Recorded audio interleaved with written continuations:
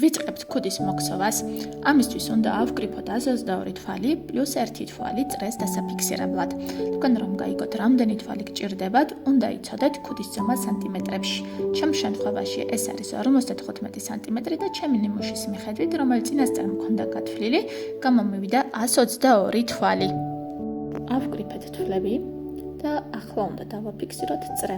როგორ ვაკეთებთ ამას?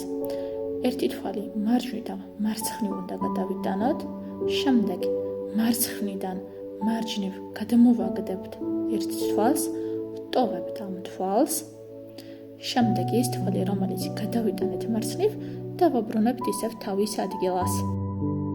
შემდეგ ვგზავნთ რეზინას ერთი-ერთზე, ანუ ერთი თვალი უნდა მოგზავნოთ წაღმა, მომდევნო უკუღმა, წაღმა უკუღმა. ასე ვგზავნთ წრეზე, სანამ მივიღებთ ჩვენთვის სასურველ ზომას. დავასრულე რეზინის ნაწილის მოქსოვა, მე მჭირდებოდა 7 სანტიმეტრი. გაზომეთ აუცილებლად, ეს არის ის ნაწილი, რომელიც უნდა ავკეცოთ ქუდზე. რეზინის მოქსოვის მერე გადავდივართ ძირითადი ნაწილის ქსოვაზე.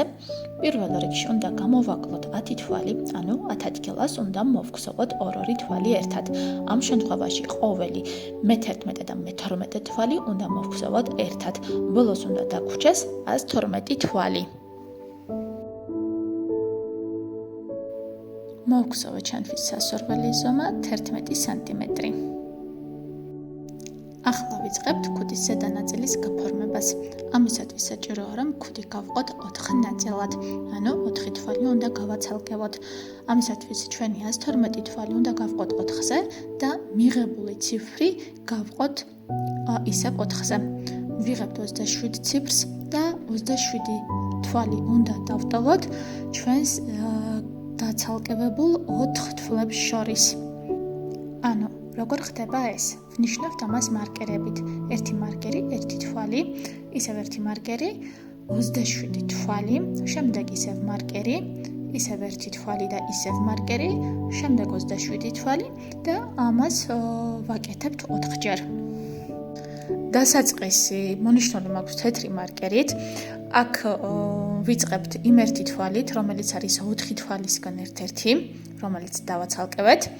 ვგზავნთ ამ ერთ თვალს, მარკერი გადავიტანოთ, 2 თვალი ერთად უნდა მოვგზავნოთ აქ მარჯვნივ გადახრით. ამას როცა ვგზავნთ, შემდეგ მარკერამდე ვგზავნთ თვლებს, სანამ გრჩება 2 თვალი.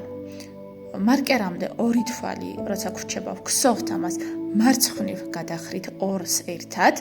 შემდეგ მარკერის შემდეგ ვგზავნთ 2 თვალი მარჯვნივ გადახრით. წრის დასასრულს მარკერამდე გრჩება 2 თვალი და იმას ვგზავნთ მარცხნივ გადახრით. შემდეგი რიგი უნდა მოვგზავნოთ ცვლილებების გარეშე და მომდევნო რიგი უნდა მოვგზავნოთ ისევ კლებით. ანუ ყოველ მეორე რიგში უნდა გავაკეთოთ კლება მარკერამდე და მარკერის შემდეგ, ანუ 4 ადგილას. დავასრულეთ კლება. ანუ შევამცირეთ ჩვენი თვლების რაოდენობა იქამდე, სანამ მარკერებს შორის დაგვრჩა 3 თვალი, პლუს ის ჩვენი 4 თვალი. ახლა ეს ყველაფერი უნდა გადავიტანოთ ჩხირებიდან ნემსზე. უნდა გადავიტანოთ და უბრალოდ შევკეროთ და დავაფიქსიროთ.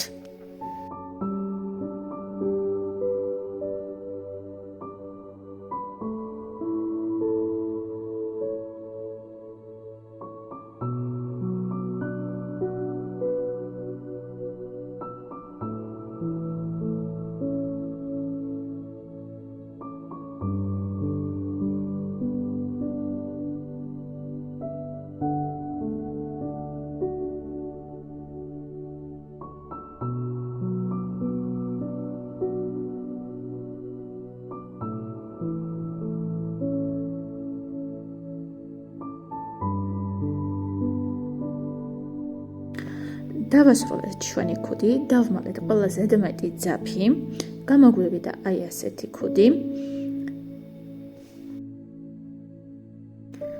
და რა თქმა უნდა, აუცილებლად ვრეცხავთ, რომ უფრო კარგად დაჯდეს და ფორმები კარგად გამოვიდეს.